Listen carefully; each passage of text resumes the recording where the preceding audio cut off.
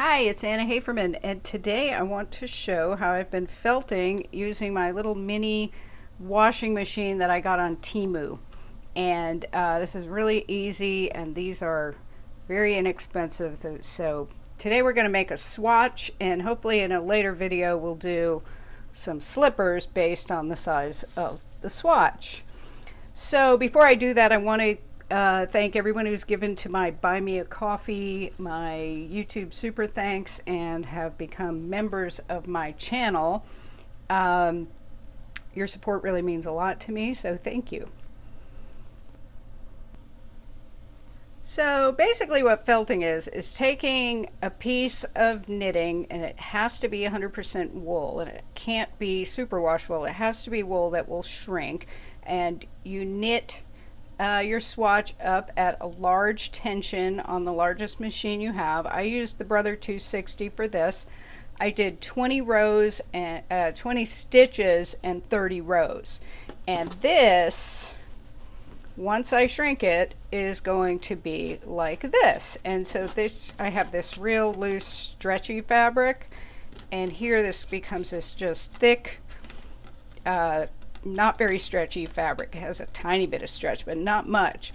And so what you can do is knit something like a very big sock, and then using your calculations, knit it down to this slipper that's thick and warm and form-fitting to your foot. So it's a really cool thing. Normally people do this, or you can do this in a regular washing machine. If you have a front loader, it's a little difficult because you can't really control time and how long it's in there for. And so this little machine works really good for it. So basically this is a little tiny washing machine. It has a little spinner in here. It's got a handle and a lid, and it pops open. And it's actually pretty easy. I know it looked awkward that way, but it's pretty easy to do. And so you put water inside and plug it in, and it spins around. It's got a little drain here and the plug here. It came with this little spin basket, which I found isn't really very helpful. This is made, they sell it on Temu. This one cost about $42. I got the larger one. There's smaller ones that are, this one's 9 liter, and the smaller ones are 6 liter, so I opted for the slightly bigger one. Temu always has lots of specials and coupons and stuff, so it's a really cool thing. You can get these on Amazon too. I haven't seen the 9 liter on Amazon, but I'll put some links for both. So what you do, they sell this for camping or travel or baby clothes, and basically you can fit about maybe 2 t-shirts or a couple pairs of socks or whatever in here and wash them. I would say for washing, it's not the best thing because you have to wash and then you have to drain it, then you have to rinse and wring it dry. So unless you had some specific use for it, I don't know. For me though, I thought I would try felting with it. So there's I'm going to, let's see. So first, here's my swatch. And remember, this swatch is going to become this. And so this is, you know, basically like shrinking a sweater in the washing machine. So this measures about, let's see, 16 by 18 maybe. And then this measures about 10 by about 10 and a half. The first time I did it, I did not mark which were the rows and which were the stitches. So I learned quickly that it was really hard to tell once it was felted which was which. So what I did is I took a piece of red yarn,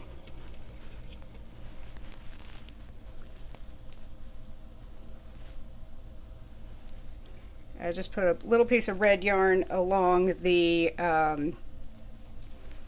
row side. I just did it with my purl side facing. You can do it however you want. I figured if I did it the same way each time, it would be easiest to remember.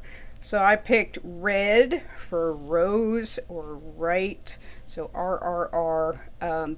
That's how I'm going to remember that. And then you know that that's the row side. And then I took blue and marked the bottom.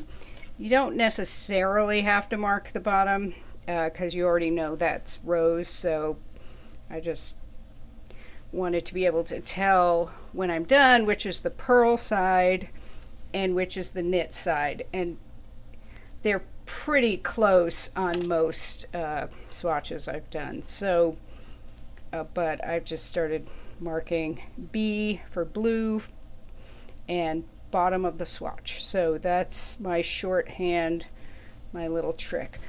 So then I'm just going to cut that with these scissors that aren't working very well. And then I'm going to, terrible. Then I'm going to fire it up and show you.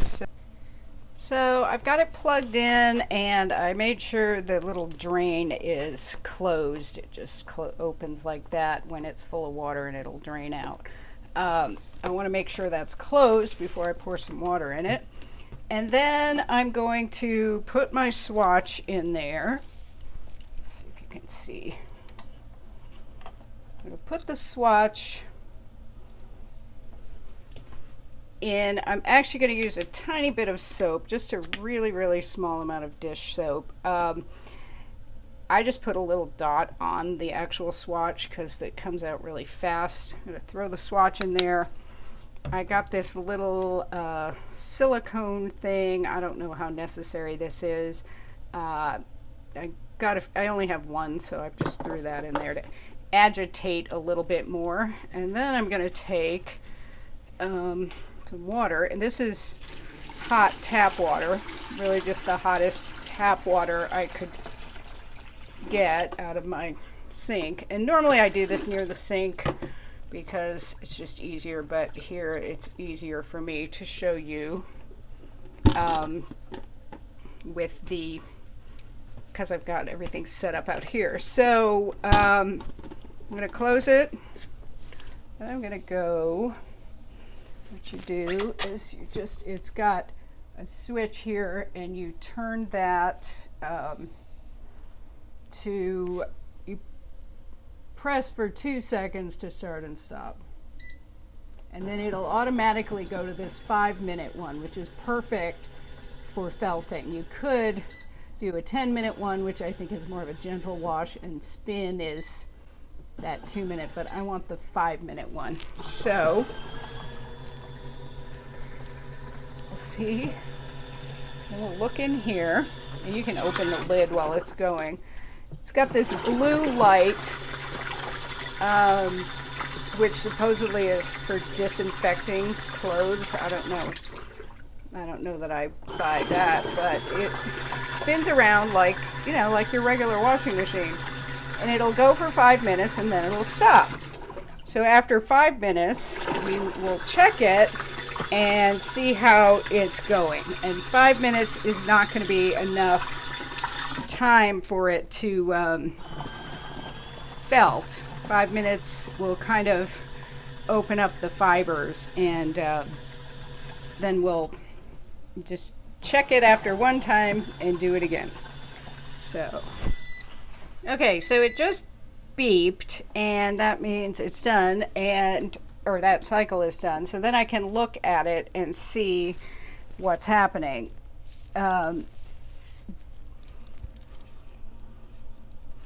From previous experience, I know that it's not going to be enough. What happened it did fuzz up some. I can still see the stitches. It's still pretty stretchy. And you know, there may be, you might want to use this for some project, something like this. So in that case, stop there and measure this swatch. But in my case, I'm going to throw it back in and start again. So another 5 minutes. So the beauty of it is it'll go 5 minutes, then it will stop. So you can go walk away and you don't have to stand there and wait and stop it like you do with a top loading washing machine. The front loaders, you can't open anyway. So, and this is portable, so you can put it near where you're knitting if you want to do it that way. So I have mine upstairs with my knitting machines, and my washer is downstairs, so this is easier. And so it's just going to go another 5 minutes, and we'll check on it. Okay, so it beeped again, so I'm going to open it up and look at it, and it's definitely thicker, and the stitch definition you can still see on, that's going to be the knit side, I'm pretty sure. Yeah, that's the purl side, that's the knit side. You can still see some stitches, and it's still sort of not quite thick enough. So I'm going to put it back and start again. Okay, so it beeped again, and I'm going to look at it, and it's definitely thicker now. And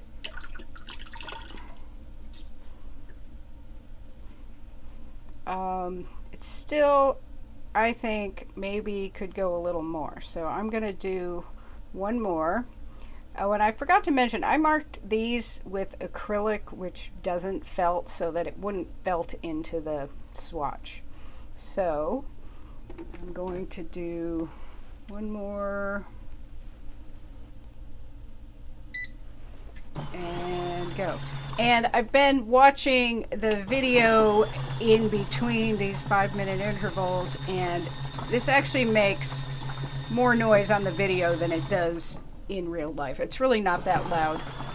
And here are some swatches I did with some other yarn. So, and they're all 20 by 30. They're just different yarns that are going to knit up to different sizes. And I did 20 by 30 on all of these, all on the Brother 260. Except this one I did on the LK 150. And so here's one that's still kind of damp. This is done on the Brother 260. This is on the LK 150. And they are very, very close. I did these both on the largest tension I could, which on the LK 150 is 9 and the Brother is 10. I did the same number of stitches and rows. And you can see they come out really close. So it does, the fabric is still thick, and I think the bulky one is a little thicker than the LK 150, but not a whole lot. So if you don't have a bulky, you can do this on a mid-gauge machine. So try that. So it beeped again, and we put it in 4 times, and now we're going to check it, and here it is. It's quite dense now, and squeeze some of that water out. Okay, so that's basically, I think, as far as it's going to go. I straighten it out a little so it's so I can measure it, and this is one I did earlier on the 260, and that's the same one. So it's, I think that's about as far as it will go. This one is dry, and it's slightly smaller, but not a whole lot. So you don't have to wait for too long to measure it. I think it's fine to measure it. It's really pretty close. So this is the one I just took out, and remember, this is the rows and these are the stitches. So measuring that, it's now about 10.7, what is that, point 8 or 9 maybe, and then this way it's about 10.5. So it measures, it goes down to much smaller, because I think it was 16 and 17 and it's down to around 10. So for when I made the sock, I did my calculations based on the calculations of the swatch. Also, because this is a 20 by 30, you could measure it with your green ruler, your blue ruler. You get, what is it, 18.5 divide 20. I'm going to have to do some math. You could measure it with this. With mine, I just measured centimeters, and then I made this little calculator and measured my foot, and that'll all be in a new video. So when I measure in centimeters, because it's much easier to figure out what the it's much easier to figure out, because that's 11, and if I'm measuring in inches, it's, what is that? It's going to be 4 and 3/16, so I would have to figure out the fraction of 3/16. It's just easier to measure in centimeters, especially for the calculator that I came up with. If you don't think in centimeters like I don't, you can measure it in inches just so you know how big it is, and then just take the centimeter measure and plug that into the formula. So normally I have this by the sink, but I'm just going to show you that it drains pretty easily, and you just take this little thing out, whatever that thing is, the plug, and it'll drain pretty quickly. So I drained it, and you can see I had a little bit of purple dye come off that wool. I'm going to show you how to do the spin dryer thing, because it's kind of cute. Like I said, unless you have really small things, this is really not going to be that effective. So here's the one I just made, and it's kind of damp. I'm going to put it in there and then close it, and then you turn it on and go 1, 2, and then it goes to spin dry, and really it doesn't actually dry anything, it just spins out the water. And for this swatch, it works. Probably for like a baby onesie or something it would work, but I tried doing I actually washed a whole sweater in here on this gentle cycle, and it worked fine, but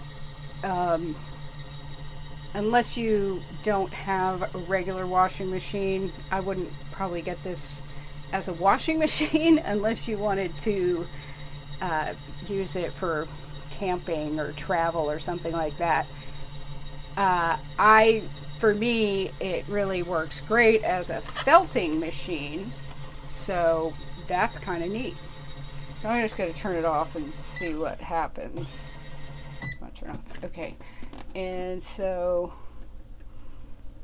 yeah, it's slightly drier, I wouldn't say, and I didn't do it for the whole cycle, but it is slightly drier. All right, well, thanks, and let me know if you have any questions. I'll put a link, and hopefully we'll get this video up pretty soon. So thank you.